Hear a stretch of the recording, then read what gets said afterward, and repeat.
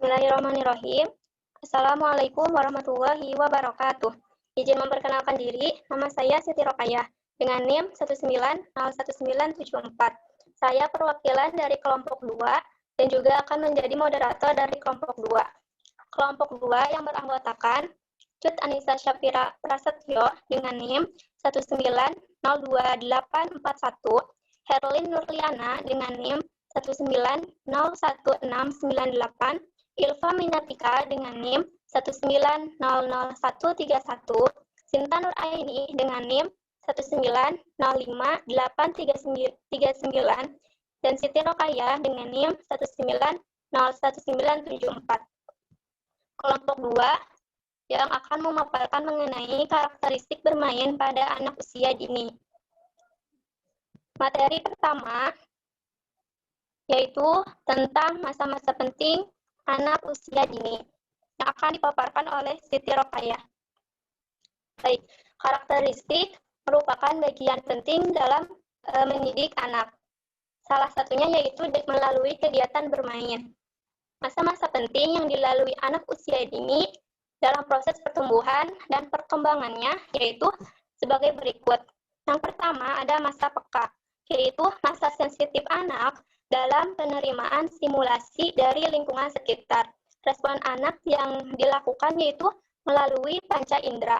Yang kedua ada masa egosentris, yaitu anak bersikap mau menang sendiri dan segala keinginannya itu harus dituruti, sehingga anak membutuhkan perhatian yang lebih dari orang tuanya. Yang ketiga ada masa berkelompok, yaitu masa di mana anak senang bermain dengan teman sebayanya dan mencari teman yang dapat menerima satu sama lain. Yang keempat ada masa meniru, yaitu masa di mana anak menjadi sosok peniru ulung terhadap orang-orang yang ada di sekitarnya. Contohnya menirukan cara berjalan, cara berpakaian, dan sebagainya. Nah, yang kelima ada masa eksplorasi, yaitu di mana anak-anak suka menjelajah dan suka tentang hal-hal baru. Contohnya itu meminum, memegang benda-benda yang ada di sekitar mereka. Slide kedua.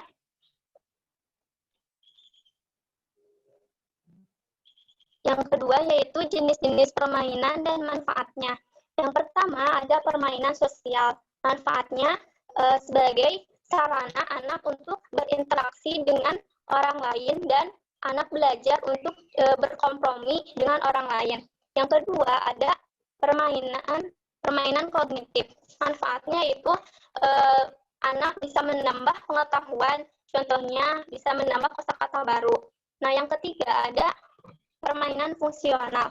Manfaatnya untuk mempraktekkan kemampuan fisik sambil menjelajah lingkungan yang ada di sekeliling mereka. Yang keempat ada permainan simbolik.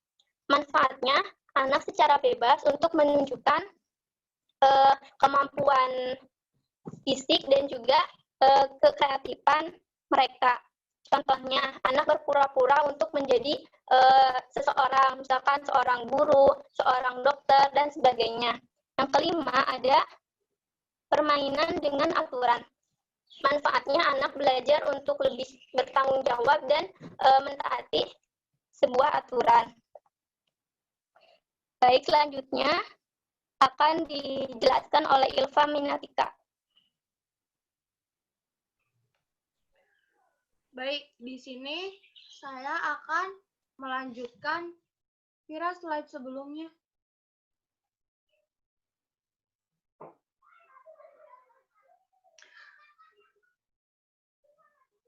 Slide keempat.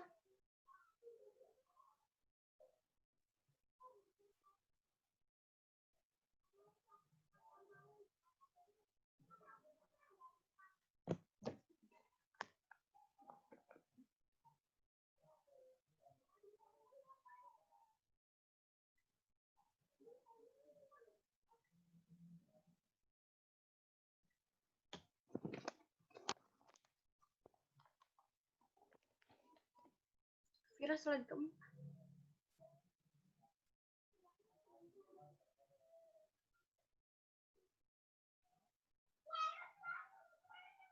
Vira, slide keempat.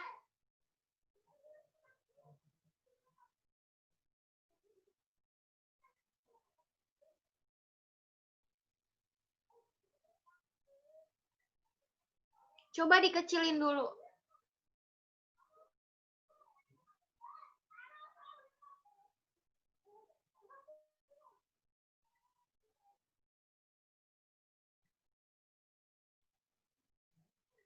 Oke, jadi ini lanjutan dari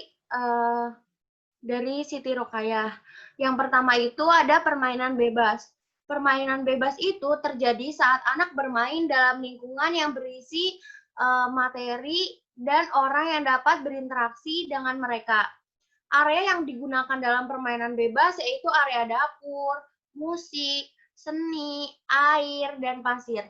Area permainan bebas digunakan yaitu benda-benda seperti sepeda roda 3, gerobak, perosotan kayu. Yaitu benda tersebut itu tujuannya untuk mendorong perkembangan otot besar anak. Contoh dari permainan bebas yaitu belajar memasak, musik, menari. Lalu permainan bebas itu bersifat informal, yaitu tidak teratur, lama. Kegiatan dalam permainan bebas itu lama, dan kegiatannya pun dilakukan oleh minat anak. Misal minat anak itu ada yang ingin belajar memasak, bermain musik, atau menari. Tujuannya itu untuk mengasah kemampuan sosialisasi anak, perkembangan emosi, dan mengontrol diri. Lalu perkembangan konsep anak itu akan terbentuk dari permainan bebas tersebut. Yang kedua yaitu ada sosiodrama atau berpura-pura. Permainan ini anak berpartisipasi seolah-olah dia tuh kayak menjalankan aktivitas kayak seperti orang lain. Kayak misalnya dia itu jadi peran yang harus jadi keluarga atau harus jadi masyarakat. Terus permainan drama itu dibagi menjadi dua, yaitu sosiodrama dan fantasi. Sosiodrama itu yaitu aktivitasnya kayak drama yang dilakukannya itu dalam sehari-hari. Nah, kalau fantasi itu menceritakan tentang dongeng atau enggak superhero. Tujuannya itu anak bisa mengekspresikan diri, mengambil peran, interaksi dengan teman-temannya. Lalu yang ketiga itu ada permainan outdoor. Permainan outdoor itu yaitu dilakukan di luar kelas. Permainan outdoor itu untuk mendorong perkembangan otot besar dan otot kecil. Koordinasi tubuh itu tujuannya untuk koordinasi tubuh, perkembangan bahasanya, terus interaksi sosialnya, dan kreativitasnya pun diasah melalui permainan outdoor. Contoh dari permainan outdoor yaitu lempar tangkap bola, ada bermain bola. Terus area outdoor itu harus dirancang sesuai dengan tujuannya. Yang keempat itu ada permainan motorik. Permainan motorik ini biasanya paling disukain anak-anak karena aktivitas motorik kasar memungkinkan anak belajar cara memimpin suatu kelompok dan mengikuti aturan. Tujuannya ini mengembangkan keterampilan fisik, berinteraksi dengan orang, dan pokoknya kayak interaksi sama orangnya macam-macam lah, karena permainan motorik ini kayak sangat disukain sama anak-anak. Lalu itu tuh permainan motorik itu bisa menumbuhkan kemampuan untuk memberi dan menerima. Kayak contohnya kita memberi nih, kita menjadi pemimpin kan.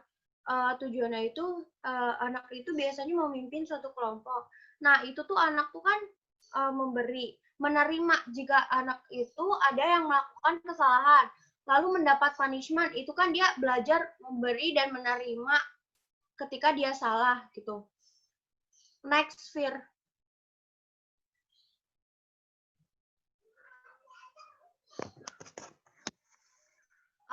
Pertumbuhan dan perkembangan anak usia dini. Pertumbuhan menurut Harlow diartikan sebagai perubahan-perubahan. Sebelumnya, Fir. Perubahan yang terjadi pada anak usia dini yang bersifat kuantitatif yang menyangkut aspek fisiologis, perubahan fisik, pokoknya pertumbuhan itu kayak misalnya bisa dihitung. Pertumbuhan itu menyangkut aspek fisik. Pertumbuhan itu contohnya kayak berat badan kita. Itu kan berat badan kita itu ada angkanya. Terus ya pokoknya yang masih bisa diukur kayak tinggi badan, berat badan, itu tuh kalau pertumbuhan itu biologisnya. Sedangkan perkembangan itu memengaruhi seseorang bertumbuh umur, anak akan berubah menjadi ada dua kemungkinan ketika anak berkembang, yaitu akan lebih baik apa lebih buruk. Karena perkembangan itu, jadi yang prosesnya kita tuh dewasa misalnya nih, kayak pertumbuhan kan dari biologisnya. Nah, kalau perkembangan itu kayak mentalnya, di umur segini nih kita udah berkembangnya udah sesuai belum ya mental kita tuh dalam umur kita yang segini gitu. Jika perubahan fisik dan perkembangan mental psikologi anak diperoleh dengan baik, dengan optimal, maka anak itu akan bertumbuh dan berkembang menjadi manusia dewasa dan berkualitas. Sekian dari saya. Terima kasih, Ilva. Selanjutnya akan dijelaskan oleh Vira. Ya, terima kasih Ilva dan Siti. Selanjutnya, saya akan menjelaskan pertumbuhan menurut Kartono pada tahun 1979. Di sini ada masa 0 sampai 2 tahun, ini yang disebut dengan masa bayi. Selanjutnya itu ada masa 5 tahun yang merupakan masa kanak-kanak. Setelah masa kanak-kanak itu ada masa 6 sampai 12 tahun yang merupakan masa anak-anak sekolah dasar gitu. Dan selanjutnya ada masa 12 sampai 14 tahun yang dikenal dengan masa remaja. Jadi anak pada usia 12 sampai 14 tahun itu sudah memasuki masa remaja gitu, sudah bukan kanak-kanak yang anak-anak gitu, sudah memasuki tahap lebih lanjut yaitu remaja.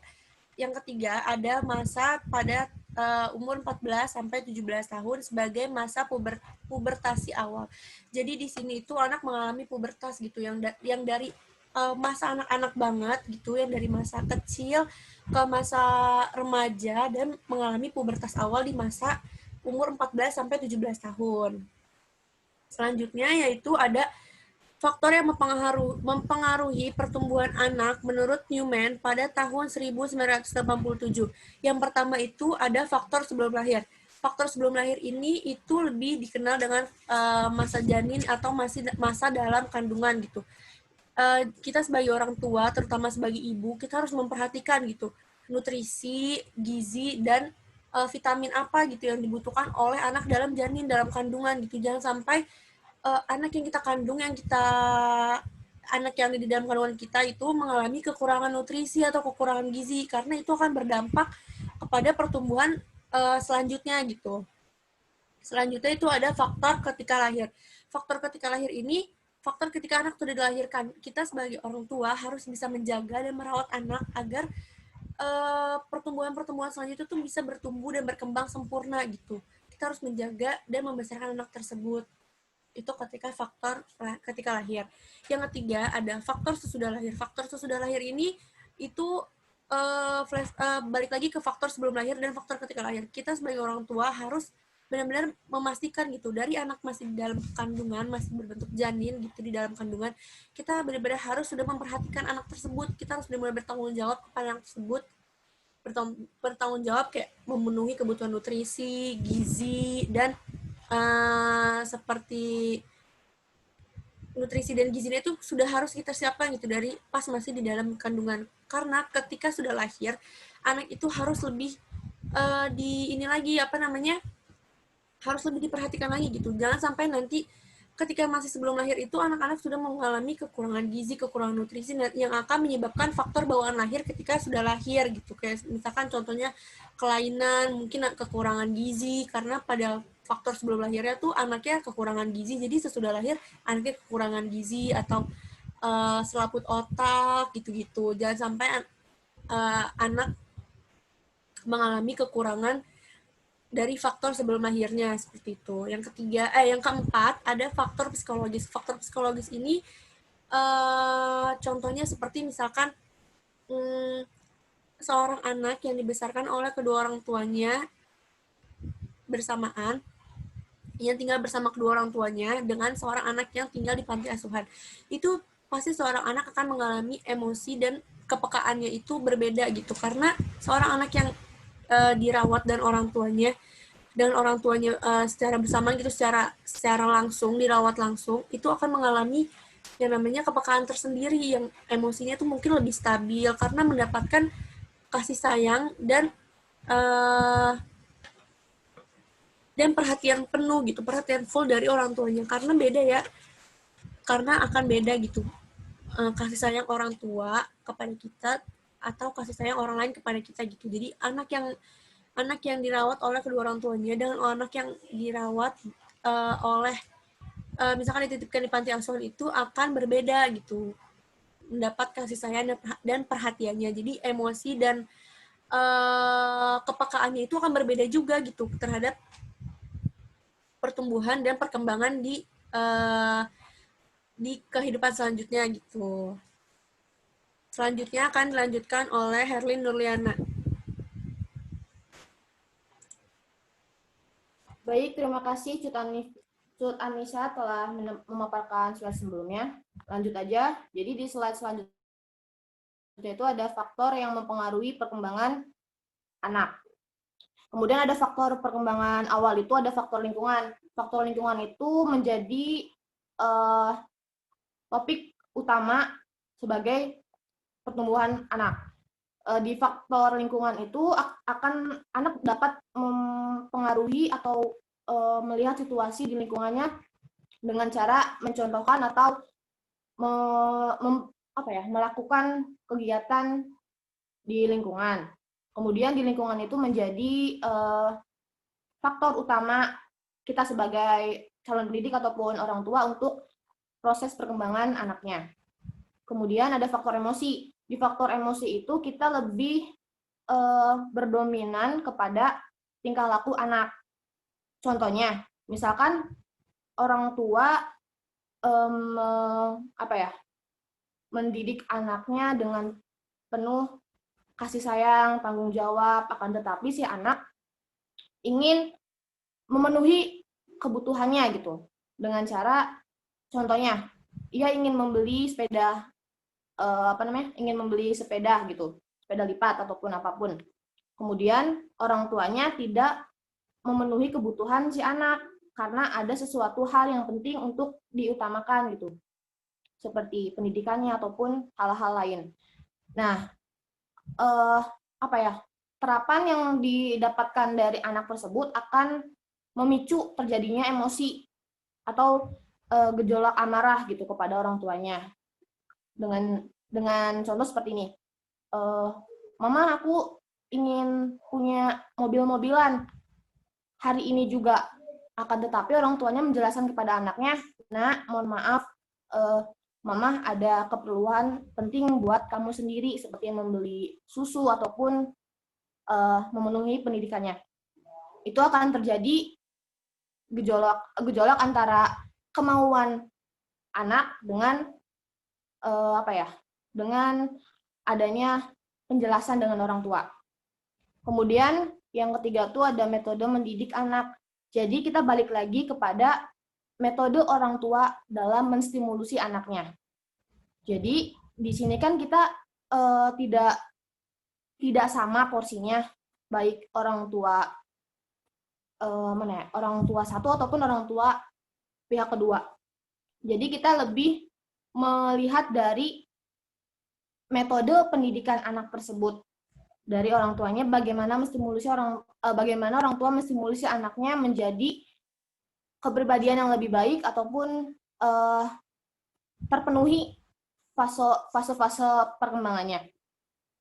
Kemudian orang tua juga harus memperlihatkan kondisi kesehatannya, kondisi imunnya, mental, fisik, motorik, kognitif, dan lain sebagainya, seperti yang telah dijelaskan oleh Cut Anissa sebelumnya. Kemudian yang terakhir itu ada beban dan tanggung jawab yang berlebihan. Kita ngambil contoh dari anak pertama.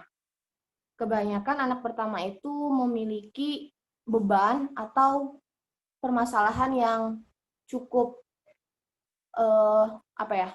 cukup lebih gitu.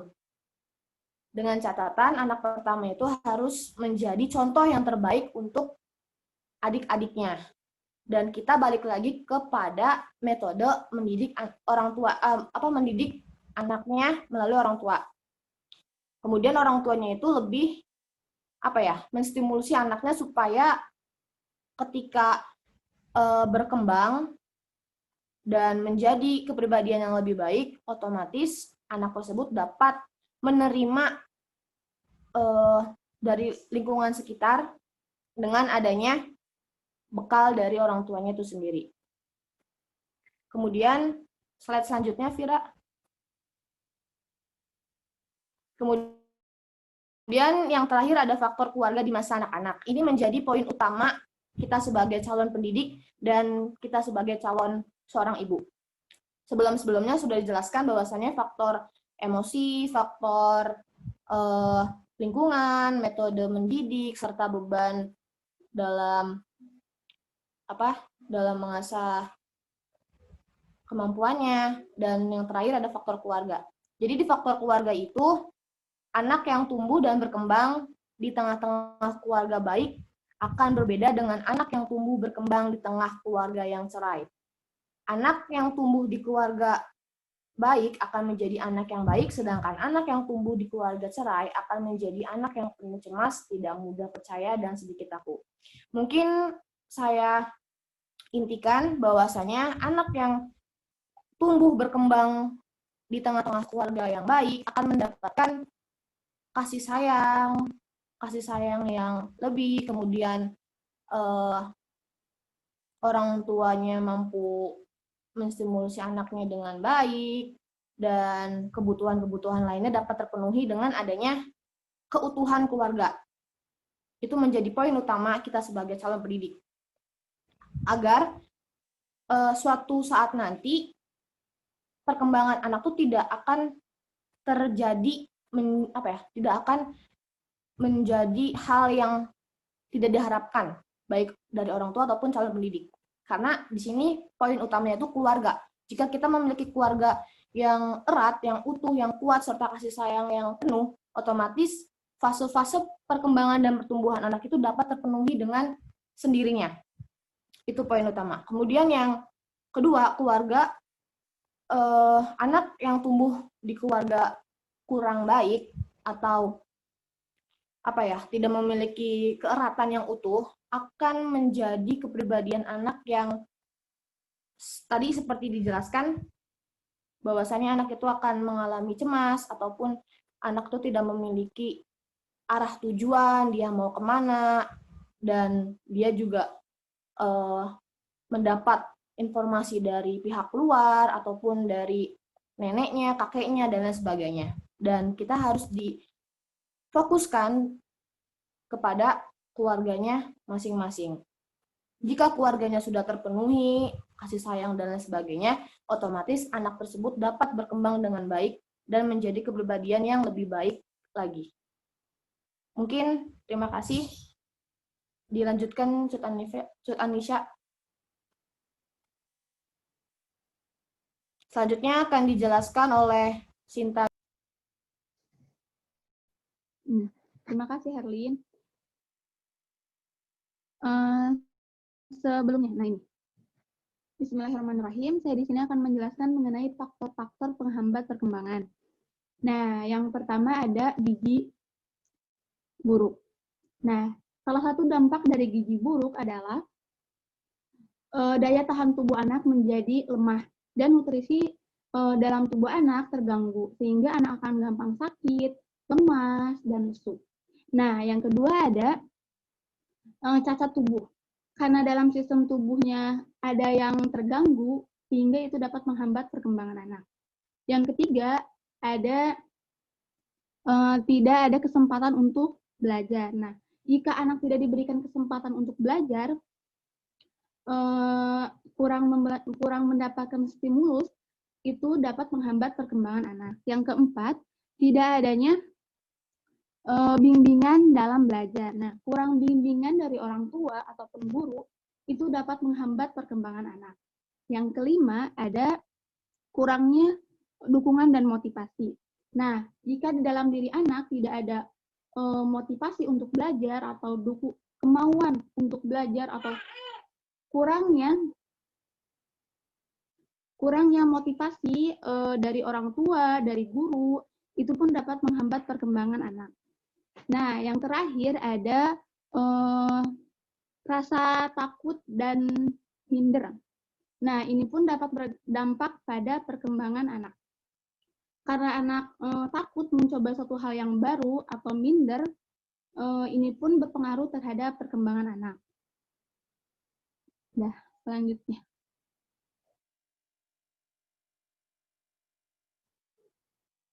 Nah, yang selanjutnya di sini ada bermain untuk tumbuh kembang anak. Nah, yang pertama, bermain adalah menggerakkan seluruh anggota tubuh. Nah, seperti berlari, melompat, melempar, dan sebagainya.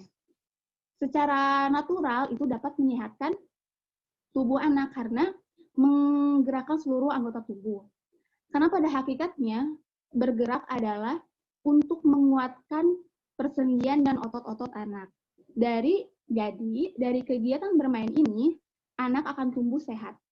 Yang kedua, bermain dapat mengembangkan kemampuan bernalar, bersosialisasi, memiliki sifat empati dan simpati. Nah, dari kegiatan bermain ini, anak akan belajar bagaimana cara bersosialisasi dengan temannya, bagaimana cara menghargai temannya, bagaimana cara berkomunikasi dengan temannya, sehingga secara tidak langsung dari kegiatan bermain ini dapat menerapkan nilai-nilai moral. Dan yang selanjutnya, nah, di sini saya akan menjelaskan mengenai aspek-aspek yang dipelajari anak selama bermain. Nah, yang pertama ada aspek mempelajari konsep. Nah, mempelajari konsep ini dibagi menjadi dua. Yang pertama ada konsep fisik dan konsep logis atau matematis. Konsep fisik berkaitan dengan 5 panca indera. Yang pertama seperti mendengar, melihat, merasa, meraba, dan sebagainya. Nah, sedangkan konsep logis atau matematis ini berkaitan dengan klasifikasi seperti penomeran, pengurutan, atau ruang seperti di dalam, di luar, yang berkaitan juga dengan waktu sebelum atau sesudah. Jadi anak belajar mengenai hal itu. Nah, yang selanjutnya mengembangkan keterampilan sosial. Nah, dari kegiatan bermain ini, anak dapat mengembangkan keterampilan sosialnya. Karena anak dilatih bagaimana cara bersosialisasi dengan temannya, bagaimana cara berkomunikasi, bagaimana cara berdiskusi, menjadi seorang pemimpin. Nah, jadi secara tidak langsung menerapkan nilai-nilai moral dan sosial. Yang selanjutnya, mengembangkan keterampilan fisik. Nah, dari kegiatan bermain ini, anak dapat mengembangkan keterampilan fisik. Karena dalam kegiatan bermain ini, anak menggunakan seluruh anggota tubuhnya. Secara tidak langsung itu dapat mengembangkan fisiknya. Yang selanjutnya, mengembangkan dan memperhatikan keterampilan bahasa dan baca tulis. Nah, dari kegiatan bermain ini, anak akan bertemu dengan teman-temannya, sehingga anak dapat memperoleh bahasa baru, memperoleh pengetahuan baru, memperbanyak kosakata, sehingga dapat mengolah keterampilan berbicara. Nah, selanjutnya ada meningkatkan harga diri. Nah, dari kegiatan bermain ini, kita dapat mengetahui keunggulan kita, misalkan kita hebat dalam segi olahraga berlari. Nah, sehingga kita dapat menonjolkan kemampuan kita, sehingga kita dapat mengetahui kualitas diri kita, kelebihan kita itu di segi mana, gitu. Yang terakhir ada menguasai situasi kehidupan serta bersiap untuk peran dan kehidupan orang dewasa. Nah, jadi kegiatan bermain ini cerminan dari kehidupan orang dewasa. Karena dari kegiatan bermain ini, anak belajar bagaimana cara dia mandiri, terus bagaimana cara ia berpikir. Berpikir di sini maksudnya adalah bagaimana cara menyelesaikan permasalahan dalam suatu kelompok bermainnya. Dan juga dari kegiatan bermain ini, anak belajar bagaimana cara bekerja sama dengan temannya yang berbeda suku, ras, budaya, ataupun agama. Sekian yang dapat saya sampaikan. Terima kasih. Baik, terima kasih Sinta, Ilva, Vira, dan Herlin yang telah memaparkan mengenai karakteristik bermain anak usia dini. Sekian dari kelompok 2. Mohon maaf apabila masih banyak kekurangan. Assalamualaikum warahmatullahi wabarakatuh. Waalaikumsalam warahmatullahi Waalaikumsalam warahmatullahi wabarakatuh.